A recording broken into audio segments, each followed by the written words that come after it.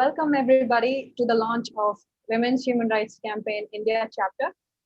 My name is Vaishnavi and I'm a writer, filmmaker and women's rights activist based in South India.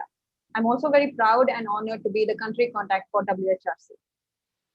The Declaration on Women's Sex-Based Rights, authored by prominent feminists and women from various countries, has been signed by more than 18,000 people and 355 global organizations aligned with the core tenets of the declaration.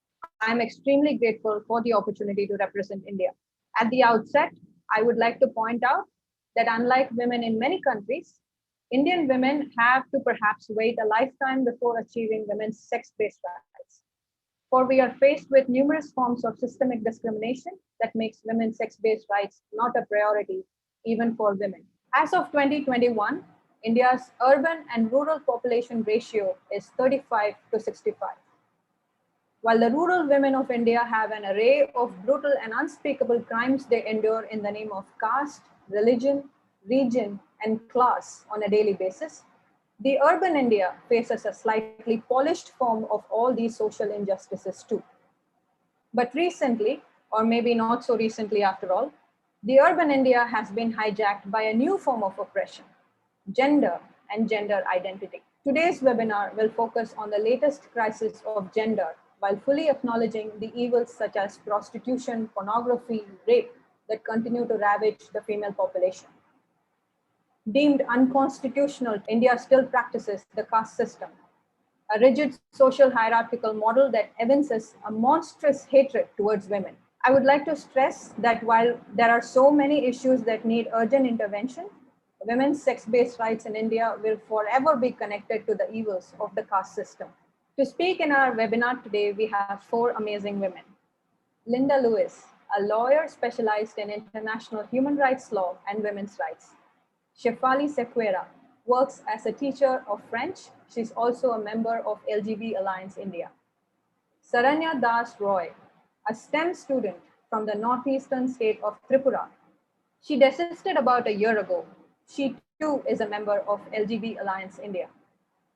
Because I envision an expansion of WHRC India to include countries similar to us into the discourse, like Sri Lanka, Bangladesh, Nepal, and Pakistan, we have with us Thulasi Muttulingam, a journalist based in Jaffna, Sri Lanka, from where she reports on post-war issues, particularly those affecting women and marginalized minorities. First up is Linda, and she will talk about how lack of clarity surrounding the development of international law on the topic of gender identity risks undermining the rights of women and minorities.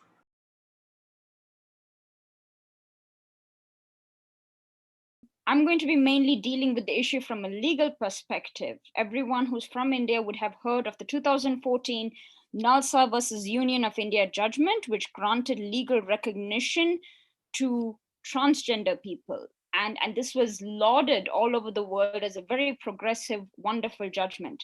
Before I go into the meat of my presentation, I want to emphasize that as women fighting for sex-based rights, we are fully aware of difficulties faced by people who do not conform with gender and that they need rights and protection as well.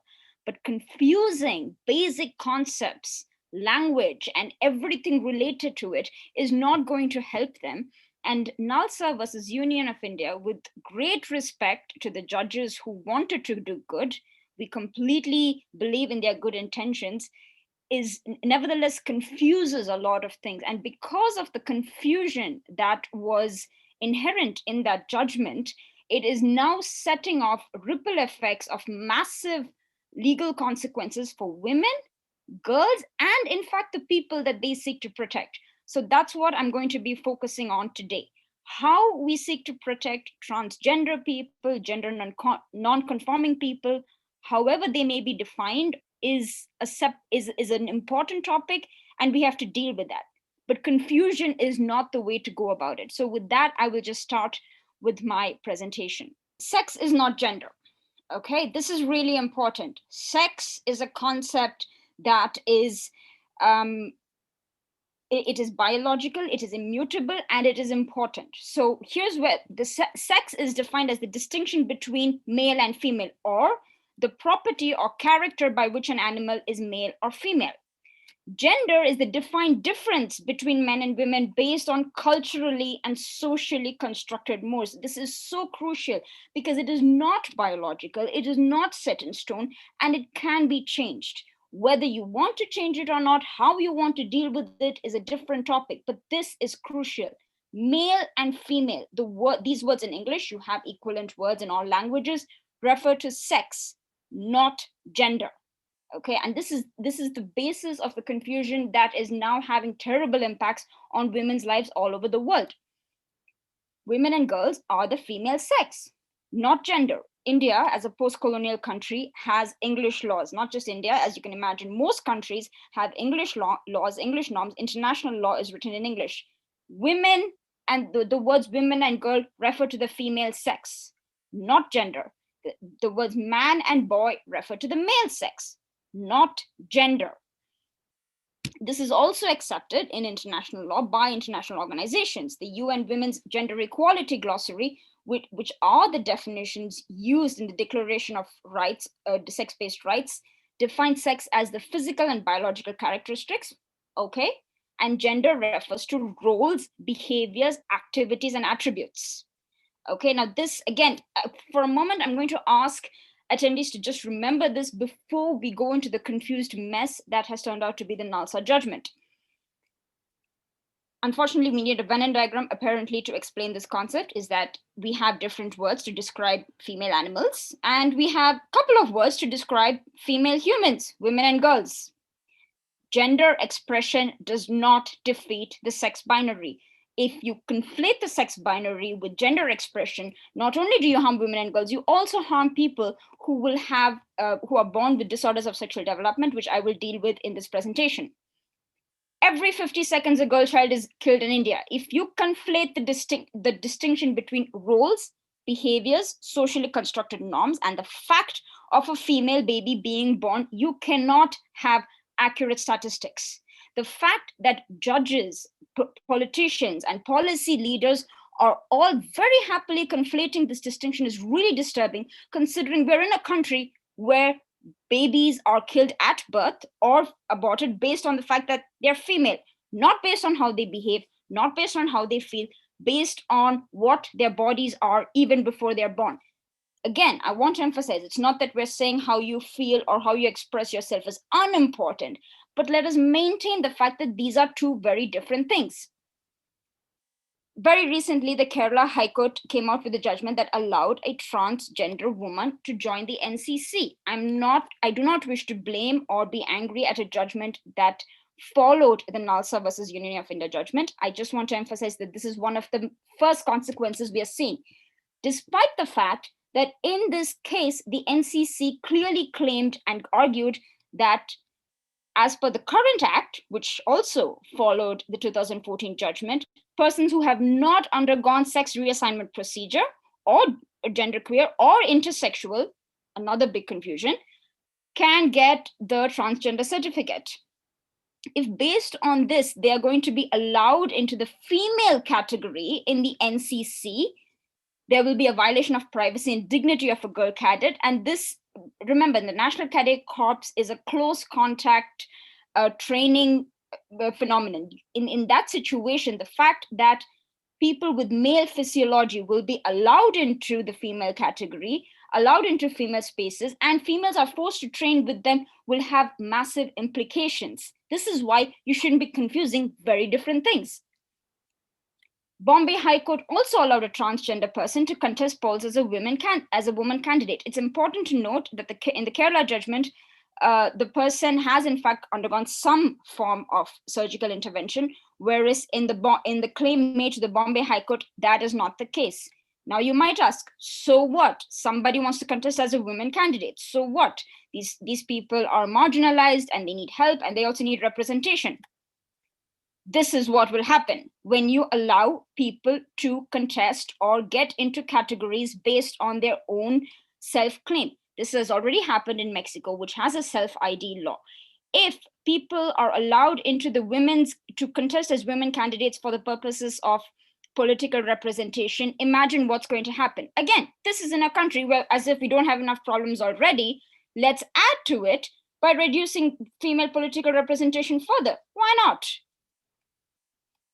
And this is one of the latest developments, is that a transgender person has moved the Delhi High Court challenging insistence on sex change certificate. Again, the problem isn't with the people or even some of the High Court judgments that have confused the concept. The problem arises from NALSA versus Union of India.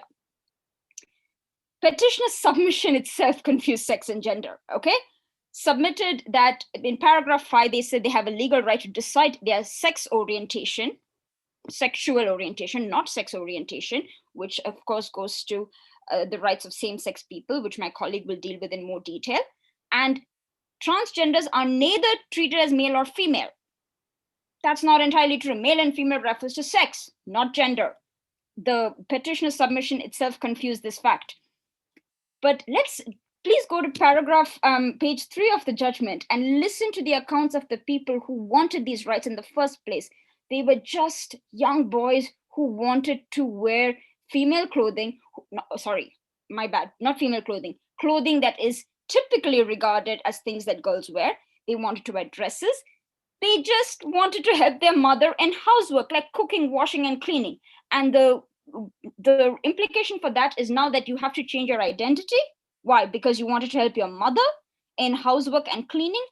Consider the implications of what the judgment has done here by saying that because you have female feelings like cooking, washing, and cleaning, therefore you are female.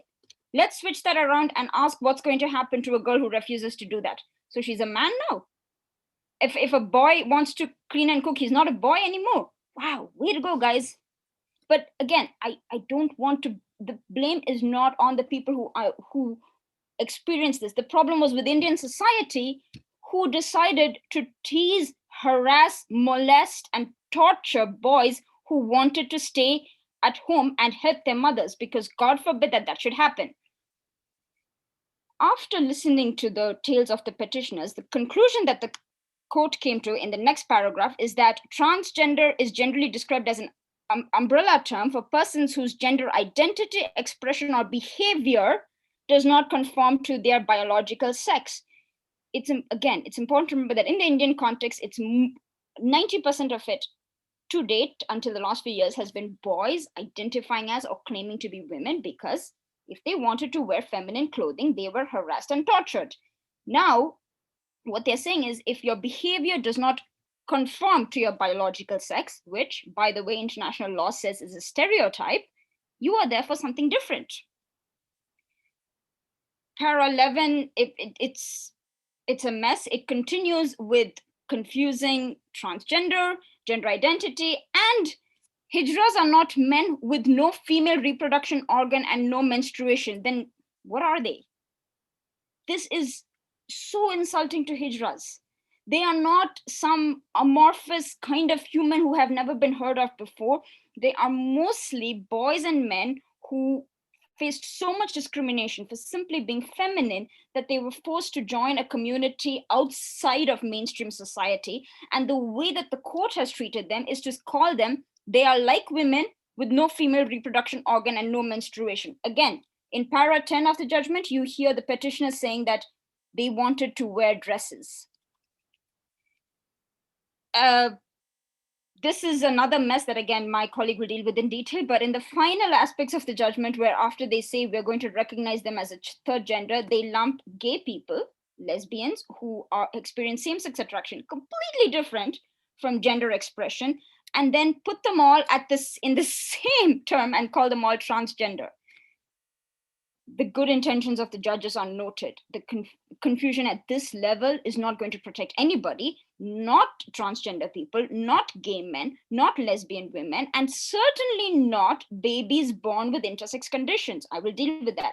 But you really have to think about the consequences of this. The same judgment also recognizes that the Nas judgment, which was overruled by the two-judge bench of the Supreme Court and still kept homosexuality as a criminal activity in 2014, they could not interfere with that judgment. And they said, we're leaving that, but we're including gay, lesbian, and bisexual people in the descriptive transgender.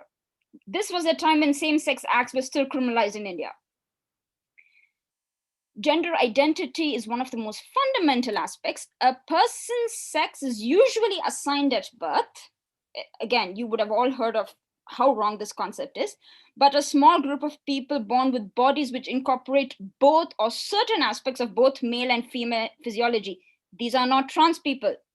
These are people who are born with intersex conditions, or also known as disorders of sexual development. Okay, the paragraph continues to confuse things and says, at times, genital anatomy problems may arise in certain persons. Their innate perception of themselves is not in conformity with the sex assigned to them. What does this mean? I don't understand. Genital anatomy problems don't arise. They are either people who are born with certain conditions, who absolutely deserve rights, protection, and in fact, very nuanced development. The same paragraph goes on to say that these people may seek surgical intervention to feel comfortable in their bodies. Not the case for people born with intersex conditions who don't want surgical modification. They just want to not be interfered with and receive medical support to remain healthy. The Intersex Society of North America, the first criteria to deal with babies born with DSDs is do not perform unnecessary medical procedures on them, especially surgeries done to make the genitals look more normal. Compare this position of intersex advocates with what the judgment says here: to alter their bodies and physical appearances which conform to their perception of gender. Now imagine how this is going to play out in a society where if a child is born with a condition or genitalia that is just not conventional, they're going to be operated on so that they can conform to perception, and that is exactly what intersex advocates do not want, and that is against the human rights of intersex children.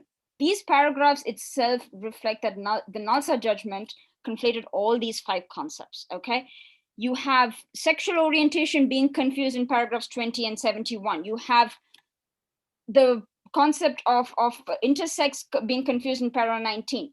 One last thing I want to say is that it goes into detail on the Yogyakarta principles, which does not state that there should be a right to self-determination based on your innate perception.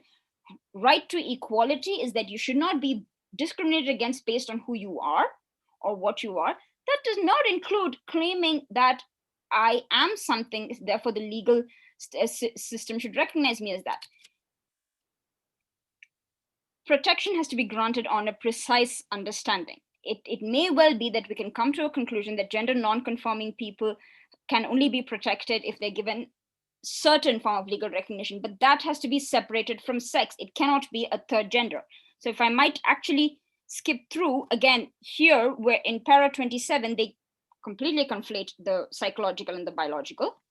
Okay, para 34, the way they've understood the problem is that by saying if you want to be a bit more feminine or masculine, then, and if you want to undergo surgery, fine, without ever considering the implications that, hey, this is a social problem. It's not a problem with the individual. There's nothing to be fixed with the individual. They're perfectly fine.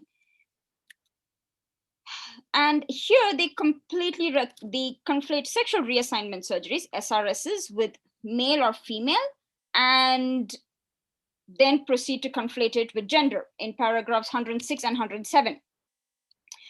Para 74 is a similar mess. Here, we are of the firm opinion that by recognizing such transgenders as third gender, they will be able to enjoy their human rights, to which they are largely deprived of for want of this recognition. Remember that according to NALSA versus Union of India, people born with DSDs are included in this. Do intersex advocates agree? No, because they are not a third sex. They are not a third gender. They are, in fact, male or female who require very specific medical assistance, especially only if their condition has impact on their health. Okay, and intersex advocates have said this. So in order to wrap up, I just want to go back to this one paragraph, is that we're not saying transgender people or gender non-conforming people shouldn't get protection, but separate the concept of gender identity from sex. Sex is male, female, and if people feel that those who have undergone surgery need a separate recognition, we can talk about that as a transsexual category. Gender identity has to be a whole separate concept from sex. If you want a declaration as a transgender person, so that the world will not judge you based on its perception of how a man or woman should look, we can discuss that. We can see if that will help, but not by confusing sex with gender, especially because in a country like India, we have women's reservation is based on, who is a woman.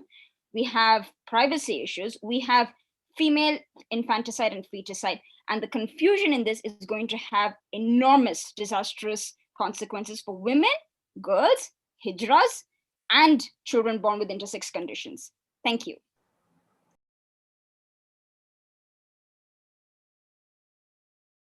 Next up, we have Shefali, and she will talk about how Indian society at all levels is a wedding industrial complex and a nightmare for women. She will expand on how female homosexuality is caught in the middle of a rock and a hard place, an archaic homophobic cultural model on the one side, and the advent of gender ideology on the other. She will also talk about the launch of LGB Alliance India. I'm going to try and give a bird's eye view, more or less, on what same-sex attraction in the Indian society looks like. Is it, in fact, a square peg in a round hole? So if anyone's joining us from India, you know what we're like. Indian society is entirely restrictive, based on a series of boundaries, a series of ties created entirely from on the basis of caste, on the basis of religion, on the basis of socioeconomic class, and equally on the basis of sex. It is very probable that this sort of feudal, almost medieval structure comes to us from Vedic times, and this obsession that we have with marriage is an echo of the Vedic life stages, in which to appropriately utilize your time on this earth, you follow a specific series of steps, one of which, and the most important of which, is marriage. Now, what happens to women in this very patriarchal, very rigid system? For example, here I have a quote from Manusmriti, which is an ancient socio-legal document dating from ancient times, and it's probably going to make your blood boil, because it especially says that a woman is never fit for independence. She is always at some point in time going to be the property of a male. And what happens when we fit female homosexuality, and by extension female bisexuality, which is a structure that has absolutely nothing to do with men? How do we fit it into this patriarchal concept?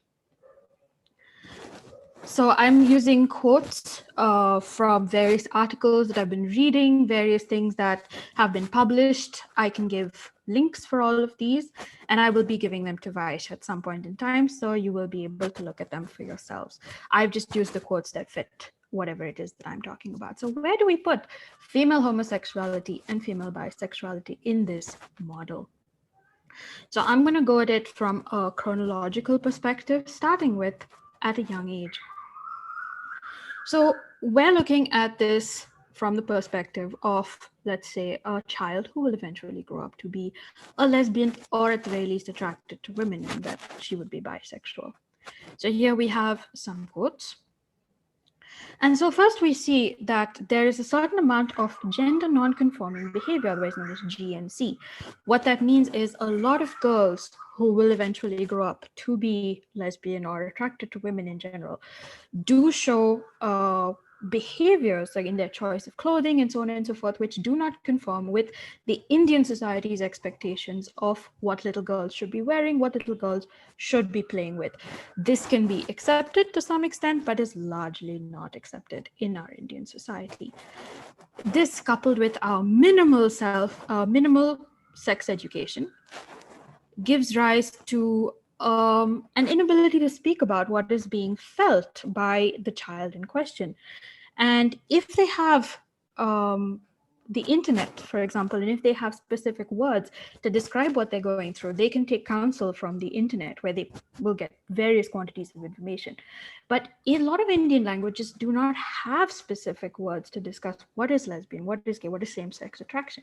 And especially in a rural context, this means that a child will be deprived of vital information relating to their own sexual development. What this leads to is feelings of guilt, feelings of wrongness, brokenness, a feeling of being wrong in their own body.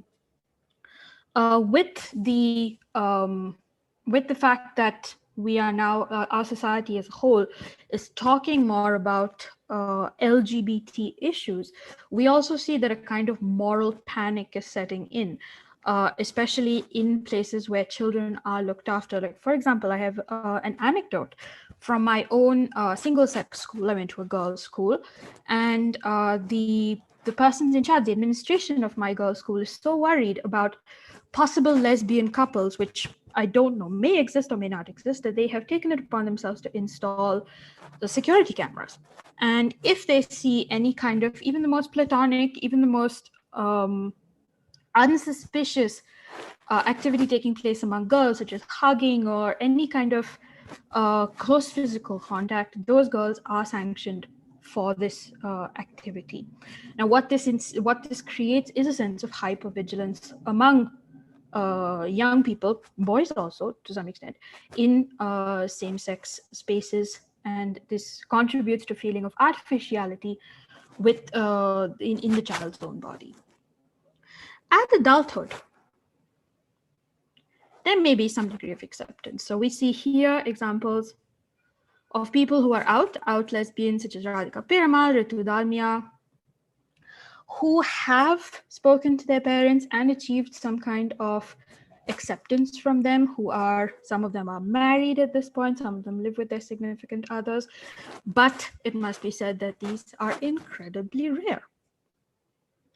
By and large, as is pretty common among straight women who attempt to have some kind of sexuality, even if it is heterosexuality, we can see that parental acceptance is almost minimum. And that leads to the same problems that we have seen happening to women who are also attracted to men. So we have women who are in an unequal position in power towards with respect to their male relatives. So what we have is either a double life, which many straight women also have, a double life, and which is incredibly mentally unhealthy. We have young lesbians and bisexual women exposed to conversion therapy, which has now, medical conversion therapy has been outlawed to some extent, but there is also a certain degree of religious conversion therapy which happens at retreat centers, and so on and so forth. Forced marriages. Now, many lesbians and bisexual women who are attracted to women, primarily attracted to women, do in fact voluntarily suppress their sexuality in order to conform. But those who do not conform are sometimes forced into marriages in which it depends largely on what the nature of the husband in the case is like, because otherwise it's simply a case of corrective rape in which women are forced into not being same-sex attracted anymore, as we can see in this example, which is here on the right. So violence from family members, the most extreme cases, for example,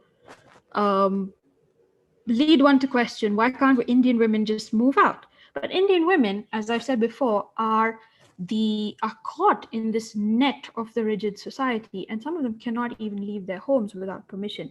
Working outside, leaving one's home is a dream for many. And even if they do manage to leave, they live in fear of the violence of their family members. And this is not something that happens only to, let's say, women who are in ordinary families. This happens also, for example, to our famous athlete, Diti Chand, whose family has essentially ostracized her and whose village does not want to acknowledge her, even though she is internationally famous and has done much for the reputation of India in the sporting world. So these things can escalate to the point at which parents are imprisoning young women in order to force their marriage, in order to separate them from the partners, female partners of their choice. In the event that these women manage to get away, we do see that the police are weaponized in a way that, so kidnapping or missing persons complaints are filed, and this leads to harassment by the police until the girls are restored to their families in order to conform to the societal expectations. And the unfortunate end is a good many of these women end up taking their own lives in ways that are absolutely heartbreaking. Sorry. Immigration is a possibility for a tiny minority of people. For example, I have a set of young male homosexual friends who are currently leaving the country in order to start a new life abroad. But this is because both of them are from fairly privileged backgrounds and can afford to go and start new in another country. What happens to those who are from, for example, rural or less educated backgrounds? For example, here we have something that was in the Huffington Post. There is an absolute poster for everything I've been saying in the last couple of minutes. This is a lesbian couple in a rural situation. They have been ostracized by their families, ostracized by their societies. One of them has been subjected to corrective rape. The fact that they are still alive and able to smile is a tribute to the resilience of women, quite frankly. So, in wider society, what do we see? What do young lesbians see as lesbian representation in media? What we see are lesbians as fetish objects. For example, this is a new film that has come out, has not come out, I'm not entirely sure, made by Ram Gopal Verma. And if you look at this poster, you can see that the word lesbian is simply there as a sort of carrot to attract men into the cinema. They have, female same-sex attraction is portrayed as a choice. As you can see, they have had bad experiences with men and thus fall passionately in love with each other, as well as they seem to cause trouble for a large number of cops and criminals without actually being the cops and criminals. So as you can see, lesbians fetish fodder in the wider media. So the question arises, so how does gender ideology impact female homosexuals and bisexuals? So the first thing I'm going to show you is a quote, as we have seen by my colleague, a quote from NALSA versus Union of India, in which gay, lesbians, bisexuals, and transgenders are all included under a vast umbrella of trans identity. This is mildly ridiculous because the aims and the definitions of each of these people are very, very different. The things they need out of medicine, things they need out of society are very different. And what you cannot define, you cannot protect. So gender, as I see it, is a set of oppressive stereotypes and roles which are imposed upon women.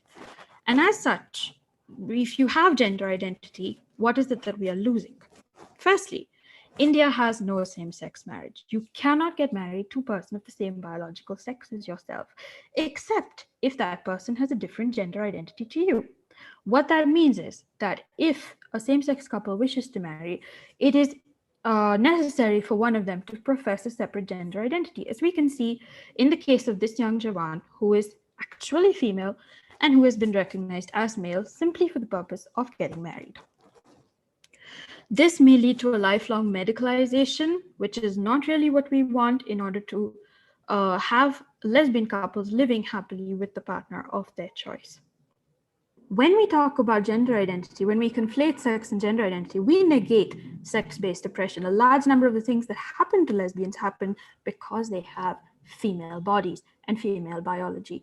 Corrective rape, imprisonment by parents, all these things happen largely because lesbians are women, lesbians are human females.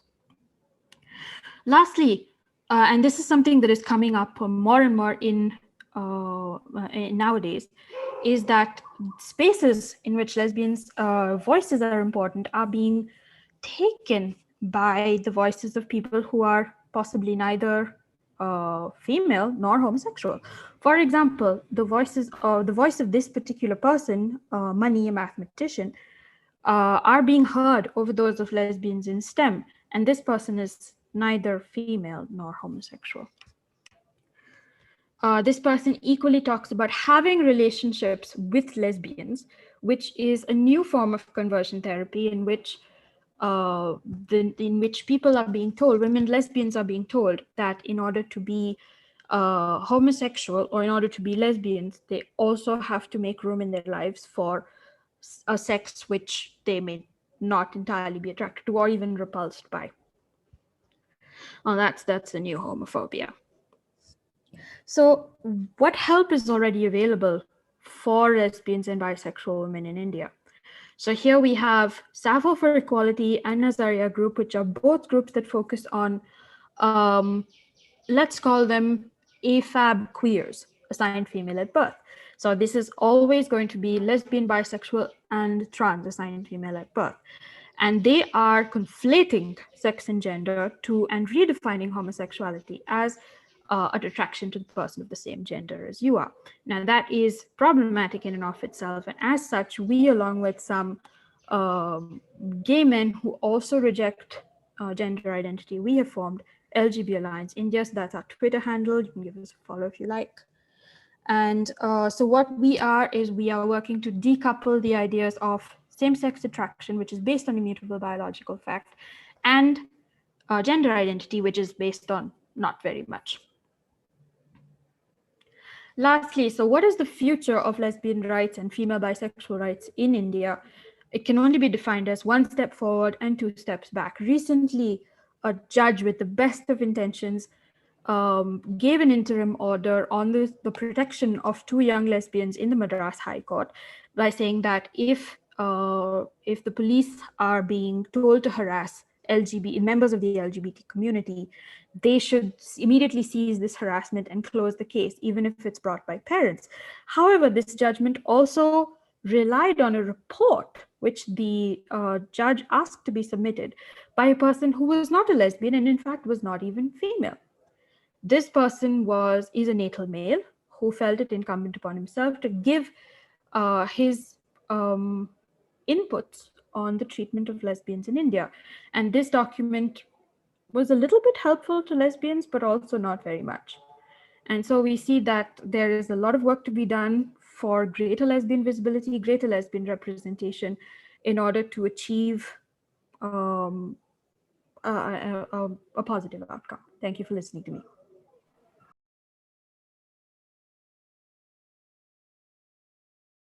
With the growing number of transitions, there is bound to be a small growing population of women who found the process to be so alarming, medically disputable, and just utterly expensive. Similarly, such women are now coming out in India as well. We have with us Saranya Das Roy, who once aspired to transition and subsequently decided against it. So I desisted at 19. I used to identify for trans for a decade before desisting because I found the surgeries and the whole treatment quite impossible. It sounded frightening. So I'll try to differentiate between gender dysphoria and sex dysphoria here. I'll mainly focus on the latter because that was the case with me. It was not really gender dysphoria, but sex dysphoria. They call it body dysphoria, but my reasons for some of them, the reasons for body dysphoria is actually social factors and not something inherently related to their sex. They develop this body dysphoria because of social reasons and not because of their sex. So unlike most of them, I was not especially gender non-conforming as a child. I only saw that as a method of blending in after I had finished my transition. As a child, I used to play with dolls. I used to also play video games and sports. So I was not really gender non-conforming. And I used to have more male friends than female friends. So I would be more comfortable in mixed sex spaces than single sex spaces. And I used to go to a girls' high school, which was really traumatic for me because I was bullied due to my sexual orientation. And therefore, college has been a huge improvement socially because I have more male friends than female. But these are not the reasons that I identified as trans because I felt better because I had more male friends. That was not the reason I identified as trans. My main reasons were when puberty started, I obviously panicked like most girls, but all the girls around me had gradually adapted to all the changes that happened to them, but I could not. And this inability to adapt still persists. Puberty kept feeling abnormal and unnatural to me. Menstruation, for example, was the biggest source of dysphoria for me. It was not the physical discomfort because I did not have regular periods, and what I had was nowhere as bad as what most girls experienced. I had zero physical discomfort, but it was the mental discomfort that which felt like my body was not my own. It was not my own body. It was something alien, and that's, that is why menstruation felt very abnormal and unnatural, like it was not my own body. So, and this might sound weird, menstruation also felt menstruation also felt homophobic to me. Now, it was like nature's reminder that I was supposed to be heterosexual and gestate and reproduce and repeat, which felt like my body, my biology, my female biology was rejecting me. It was rejecting what I was, that is homosexual. Now, this might sound like a bold claim, but I think that homosexual teens are likelier to identify as trans, not just because of homophobia, but because of the very nature of their sexual orientation. So even in the absence of a sexist or a homophobic society, I can see how dysphoria can develop in homosexuals. When I say transsexuality, I'm talking about pure body dysphoria and not anything related to gender nonconformity. I have had at least 5 other lesbians also tell me that it felt like their female biology was not agreeing with their sexual orientation, and it often made them extremely dysphoric. It made them wish they could change their sex, but it did not make them wish that they could change their sexual orientation, that is attraction to girls, which is something not only society and that wanting to change your sexual orientation is something only society could make you wish for. But this desire to change sex was not really because of society, and it was also because of a sense of that their body was against them, so which would exist even without society. Now, I cannot speak for homosexual males, but I think it is worse in case of dysphoric homosexual females, simply as an indirect consequence of human reproduction itself being unequal. That is, reproductive labor and thus reproductive anatomy is unequally and unfairly divided between the two sexes.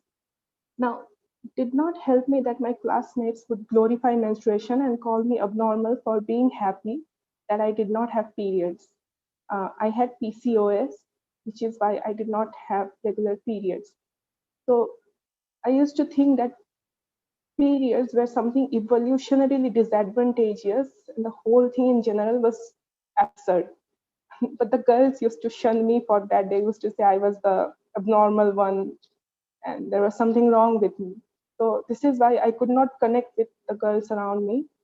And it was not because they were stereotypically girly and I was not, but because they had embraced this biological femalehood that I did not embrace.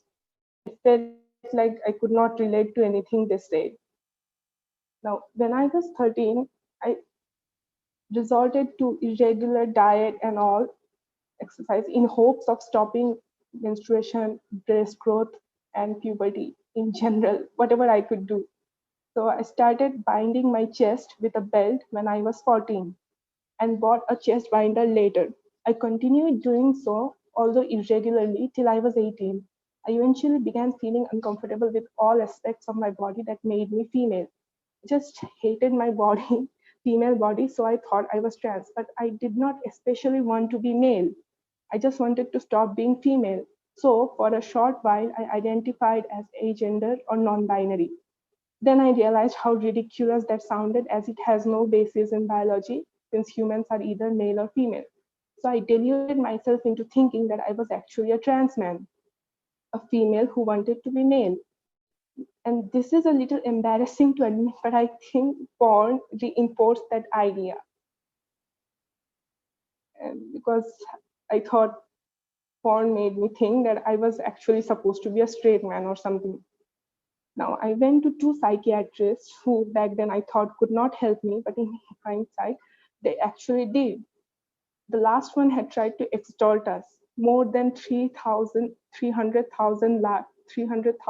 rupees which is approximately 4,200 United States dollars, for a mere diagnosis, which probably would not have been an affirmative gender dysphoria certificate. This was at CMC Vellore, which is Christian Medical College in Vellore, Tamil Nadu, their psychiatry unit. I don't recommend that hospital in general because their service is poor.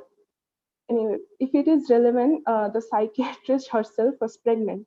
She talked to me and my parents together, then me alone, and finally only my parents. My dad described my condition as gender nonconformity, which I disagreed with because I was not particularly gender nonconforming, as I had said before.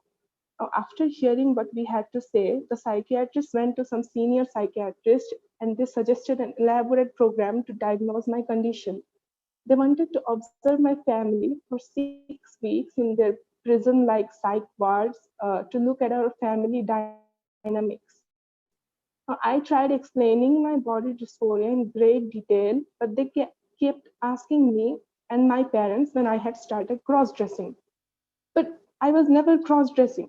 All I did was wear a t-shirt and jeans and my hair was long enough, shoulder length or so, which my mom and I thought was the rather normal clothes, like common clothes for 21st century girls. So they gave me a questionnaire, and some of the questions were, do you believe in God? And since when have you started dressing like this? They showed us their rooms, which came in two types, with air conditioning and without.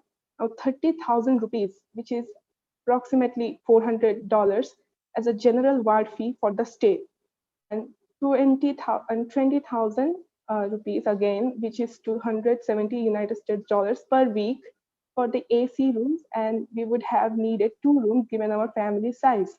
They also asked for 40,000 rupees, which is $550 or more for the doctor's treatment, which they did not specify what that was, and we were just confused. And this does not include food or any other expenses. The total would have been more than 300,000 Indian rupees, which is $4,200. This was definitely a scam and they were trying to extort us. Thankfully, I was a huge miser and I refused. People would always mock me for being a miser, but it saved me from transitioning. I had been saving up my college scholarship in hopes of hormones and surgeries, but I realized there were things I could spend it on.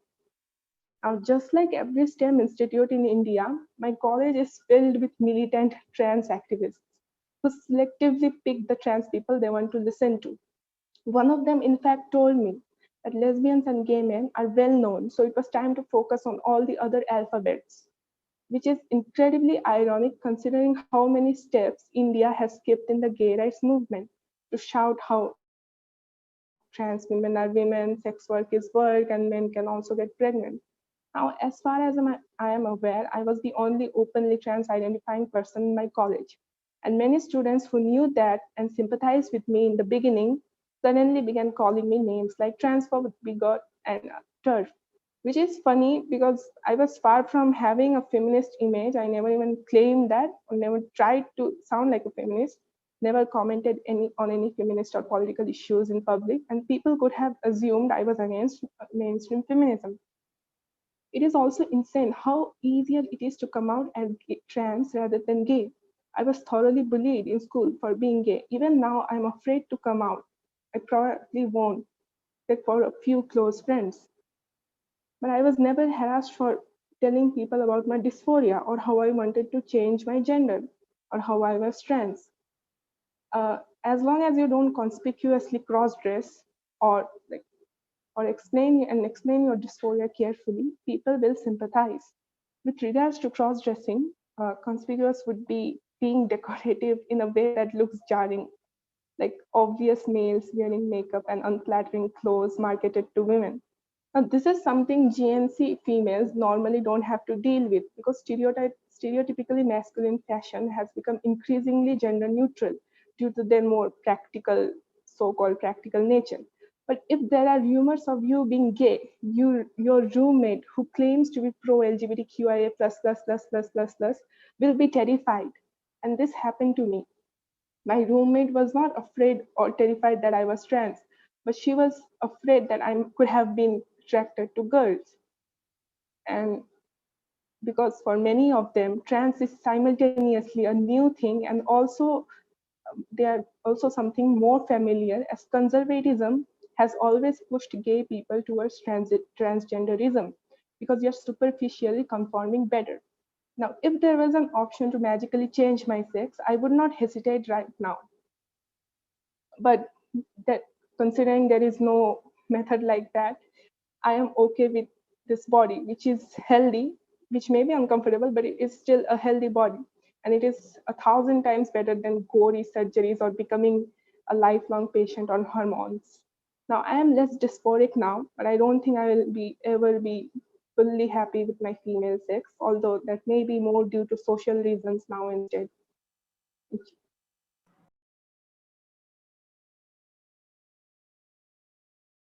India and Sri Lanka that we are very, very similar. We have a historic relationship because of the Sri Lankan Civil War and the numerous hurdles in the way South Asian women are going to have difficulty in achieving sex-based rights. India is the macrocosm in this area, and we find ourselves in the microcosm reflecting most of the same issues. And what's happening with me right now is I am stuck out in a very rural area of the far north of the country that is still a severely war-affected region. So I came here deliberately as a journalist to report on post-war issues that were not getting reported on. So the hub of the country, which is Colombo, is very far away. On Twitter, I see that we do have these pro-trans activists even in Colombo, which is pretty funny because we are a transphobic country in Sri Lanka, where I have actually campaigned for trans rights over the past 10 years. And now suddenly people who never cared about trans people suffering in this country for so many decades are very, very pro-trans rights because it's the cool thing to do. And they are calling me a TERF and a bigot and a transphobe. So I have noticed at least a few individuals who are definitely on the bandwagon of identifying as trans, identifying as non-binary. All that is going on, and those people are also in the very present in the LGB networks there and the charity networks, government networks. It's part of the elite crowd. So how much this has been captured, how much has already happened in Sri Lanka, I am not privy to. I have actually been trying to find out, but the local women's networks around me in Jaffna have no clue. So I walked in on women's networks, actually taking forward pro-trans issues in Jaffna, and I would join them there definitely because, as I said, these are genuinely dysphoric people going through actual transphobic discrimination here on various fronts. And that's the level where we are at even in Jaffna, just getting them to be accepted to live their own lives without getting harassed, murdered, raped, whatever. That's still going on. But this is happening. Nobody around me in Jaffna knows the feminist networks. I have reached out to feminist networks in Colombo. The older feminists have no idea. The younger feminists are completely sold on this. So right now I am sort of persona non grata in most of these crowds. So it's like a hot potato. And therefore I'm not privy to what they are doing exactly, but I'll try to find out. The government in 2016 recognized trans people, as in if you had the full surgery, you could get an identity card saying you were the sex you wanted to identify as. And which then led to a lot of homosexual couples seeking one of the couple would seek the gender reassignment surgery, just so they could live in society as accepted heterosexual couples. Because Sri Lanka is also a homophobic country, and there are actually laws against homosexuality, which there is not against trans. So then it has led to a lot of homosexual people getting caught up in this.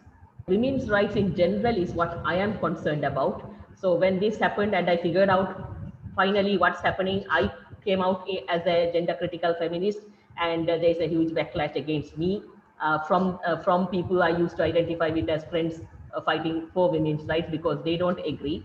However, having been a feminist for over a decade, having been a journalist for over a decade, there are serious women's issues in this country right now.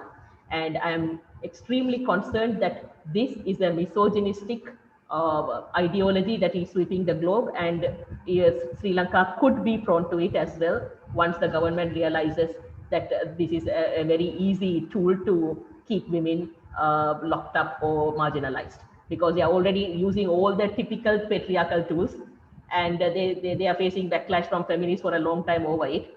But now most of the feminists are on board with pro-trans rights as per this current ideology. And before we know it, we could have many of our rights repealed. So that is something I am very, very concerned about.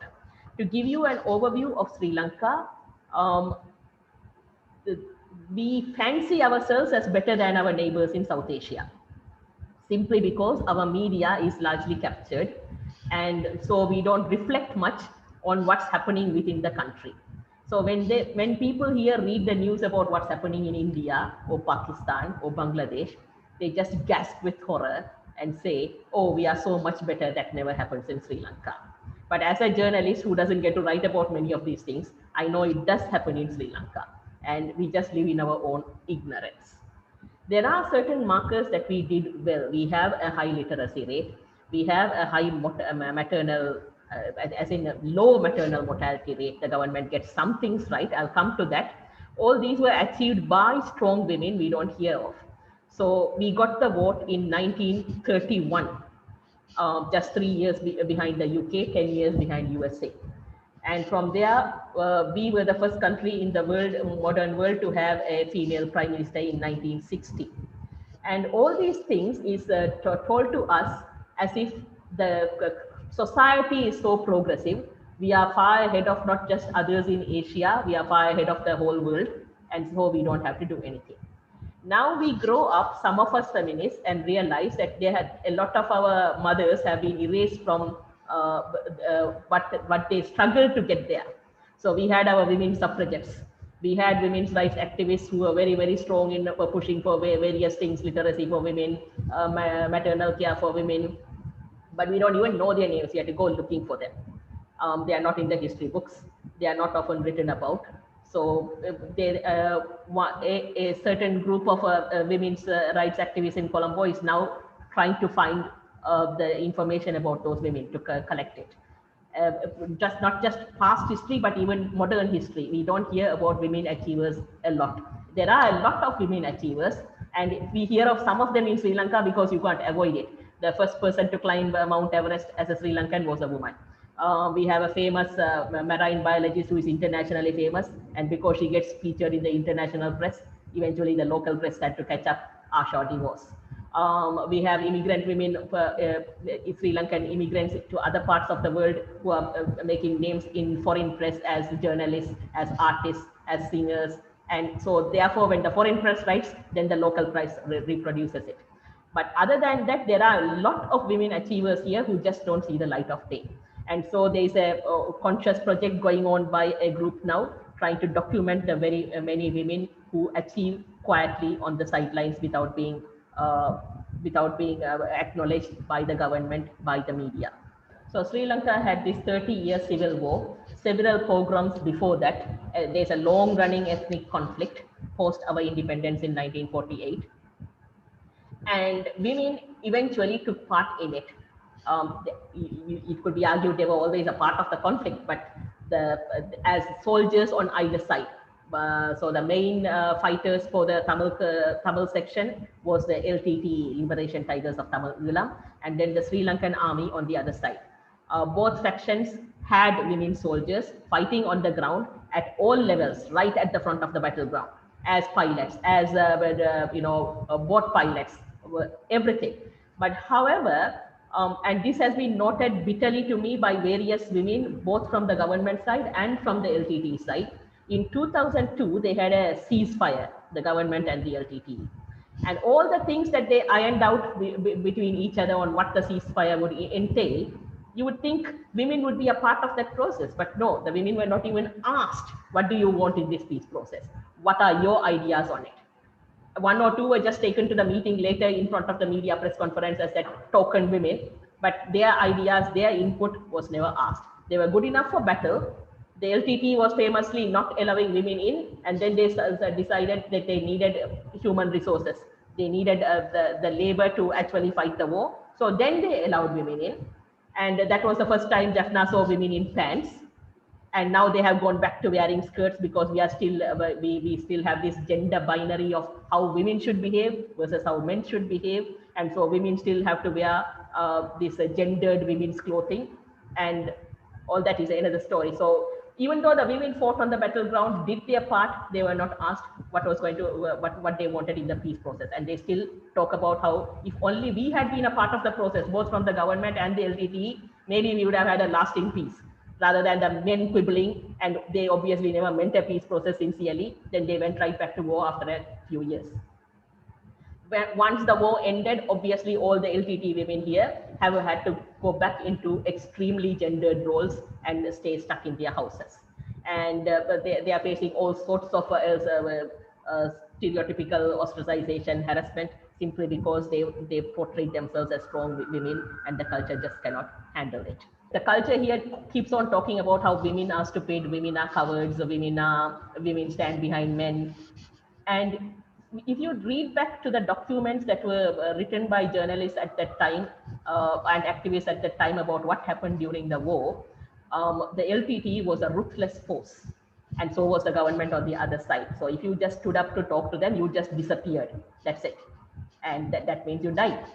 However, the women's front, the mothers organized themselves as a mothers' front, and on both factions, they would go and question the government. Over here, they would go and question the LTTE. So there was a time when the LTTE was going around killing all the other Tamil militants. And most of the men kept quiet because obviously you're going to get killed if you ask questions. The mothers took their rolling pins. They were stuck making roti at home. They took their rolling pins, that was the only weapon, and went to the LTT's camps demanding answers. Right, and I came across this in just one particular document written by one particular activist, and I followed up with him today because I don't think it has been written up anywhere else. How brave these women were by taking on literally murderous fighters and asking for their rights, which men did not do. And their bravery, their ability to hold the social forces together, that really doesn't get documented much anywhere. It's just the men fight, the men, and then the women are just on the sidelines as a collateral damage. And I remember interviewing a famous artist who said he stopped portraying contemporary issues because both the government and the LTT were killing people if they thought contemporary issues were being highlighted in any kind of negative way. So he went back to ancient history and he was researching just historical dramas. And one of his passions was the Ravana tale, the epic tale of Ravana and Sita. And he kept reproducing a play called Ravanesan. And in that tale, it's all about the men fighting and the women crying. And then his wife gave him a lecture about the fact that Mandodari, Ravana's wife, is just pleading with him, don't go, please don't go, what will I do without you? It's like, have you actually listened to the women in Sri Lanka? Because she was a women's rights activist, a lecturer herself, going around talking to women. And she gave back the dialogue and he rewrote it. And there, the new Mandodari is very much a strong woman who talks about, you men have no business going to war because we women pay the price, we have to hold society together. All that feminist dialogue that came in, and he admitted to me that he had not even thought about the women's perspective other than being a crybaby. And that's what he had portrayed for decades until his wife told him to shut it. And then he was nice enough to rewrite it and tell me as a journalist what he had done. So yes, but then the women's perspective coming in, it keeps on being marginalized in this country. And that happens to this day. We have to consciously keep on saying, the women are here, this is what they want, not that the government or society in general cares, but we keep pushing. And at a time when, even without this gender ideology, where we feel our voices being oppressed and not heard, I really fear for what will happen when this gender ideology sweeps the country. I would just like to sort of give you a quick summary of what we hope to do with WHRC India. This might seem like a launch. We haven't exactly done anything apart from create a social media presence as of now. So we are on social media, Facebook, Twitter and Instagram as of now. Through WHRC India, I hope to bring attention to many issues that women face here in every opportunity I get. The declaration is now available in Tamil and Hindi, 2 languages. We hope to translate them in many more languages. So if you're a volunteer, if you're an Indian, if you'd like to take this up, please get in touch. Later this month, representing WHRC India, I will be speaking at a press conference hosted by the Canadian Member of Parliament in line with their ongoing case against Pornhub. We are trying to make a case where companies like MindGeek have an impact on women from other countries also. And as a group of women, we are all from various global south countries. We're trying to ask for exclusion of all videos from any other country under the presumption of trafficking for the purpose of prostitution. And we are seeing how Stonewall has infiltrated India, is supporting events created by Indian organizations. They are now one of the sponsors, which is extremely scary given how their reputation was totally dismantled in the UK. And now it seems like they think it is a good opportunity for them to try and spread themselves out to vulnerable global south countries. If you're an Indian and if you think you have some time, if you can volunteer, get in touch with me. We have a lot of work that we could do together. I can be contacted at india@womensdeclaration.org. If you're a South Asian and would like to work together in creating a common unit, please also write to me. I would like to close by quoting a great woman who was murdered for standing up against the fascist thugs, journalist Gauri Lankesh from the state of Karnataka. I will do what I can, and I will say what I should. These intolerant voices find strength in our silence. Let them learn to argue using words instead of threats.